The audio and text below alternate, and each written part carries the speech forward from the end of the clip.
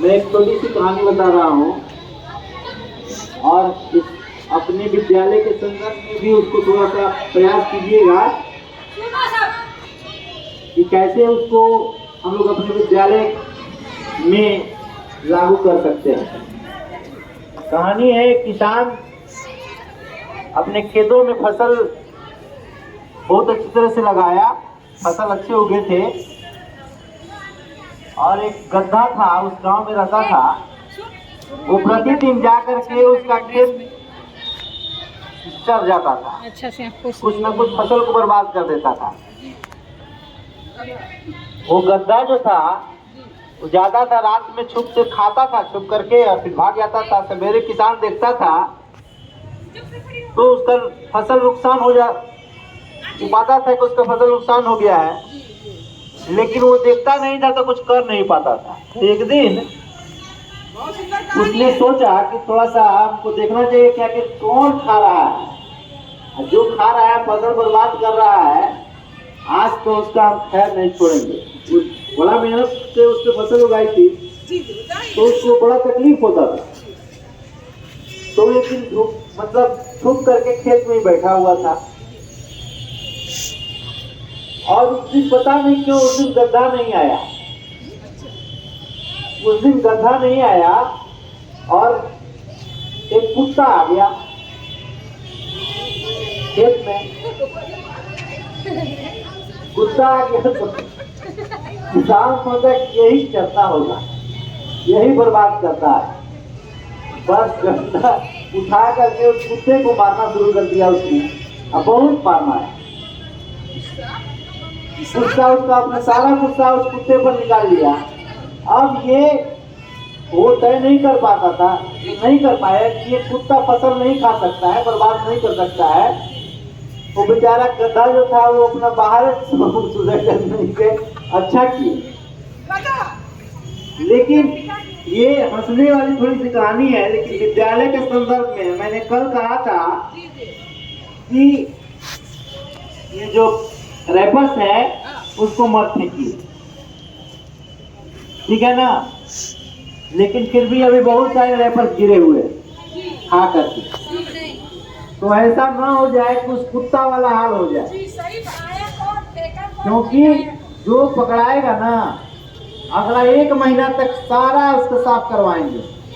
ध्यान रखना, यदि आप पहले बोल रहे हैं कि आप मत खाइए कुरकुरे, टकाटक, चिप्स, ये जितने भी पैकेट बंद चीजें मत खाइए। आपको खाना है, जो यहाँ खाना है वो खाइए, वो पसंद नहीं है तो आप घर से अपना खाना लेकर के आइए और खाइए।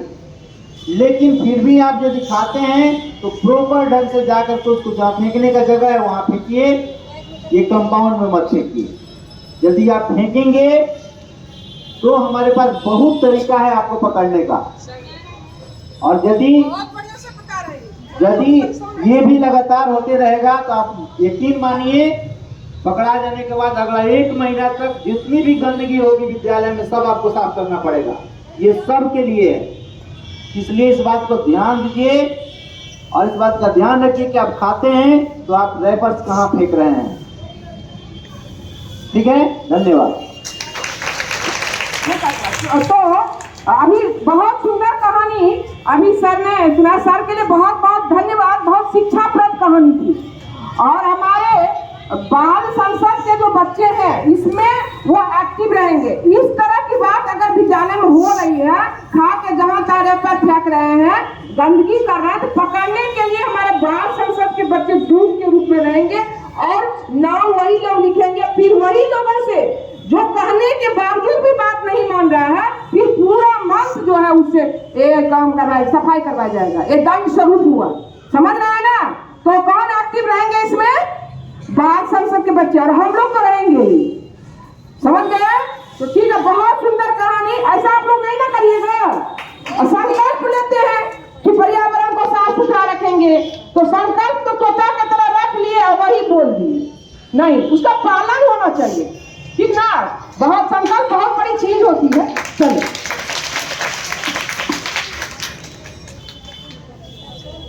सभी अपने हाथ ऊपर करें। 1 2 3 1 2 3 1 2 3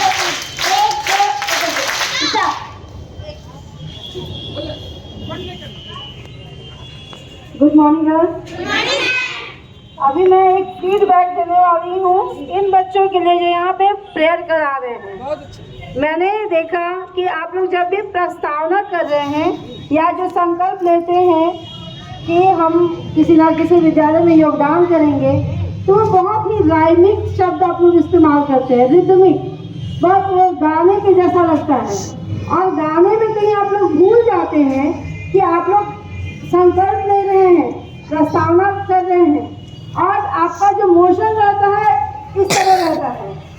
हम बच्चे आज ये होता रहता है, तो यहाँ पे बच्चे हैं, आप संकल्प ले रहे हैं, और संकल्प में किस अवस्था में है आप लोग?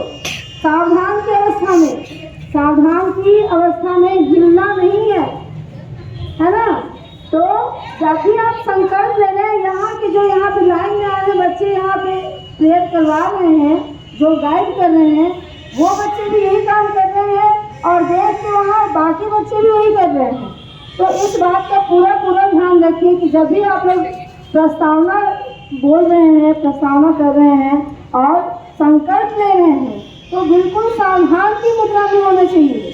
और सावधान में भी क्या होता है, अपने शरीर में आप सोचिए कि आप वन बना रहे हैं।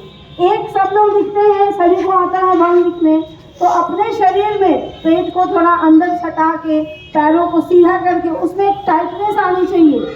आप अपने पैरों को टाइट कीजिए, पेट को अंदर तक कीजिए और सीधे खड़े होइए बिल्कुल। और जब तक प्रस्तावना खत्म नहीं हो जाए, पूरी संकल्प आपका खत्म ना हो जाए, तब तक उसी मुद्रा में बने रहिए। ये नहीं कि गाना के साथ साथ झूमना शुरू कर दिए। झूमने का भी अवसर मिलेगा, जब गाना होता है उस समय झूमिए, लेकिन इन सब अवसर पे एकदम अटेंशन की मुद्रा में रहिए। Thank you. बच्चे रहेंगे, इसका ज्यादा ध्यान रखेंगे, वही देख करके नकल करते हैं, तो इसका पालन करेंगे। ठीक, तो बहुत बहुत धन्यवाद सबों को। भाई बहुत अच्छा बात बताया गया। नीतू मैम बहुत अच्छा बताया। नीतू मैम आपको बहुत बहुत धन्यवाद। चलिए।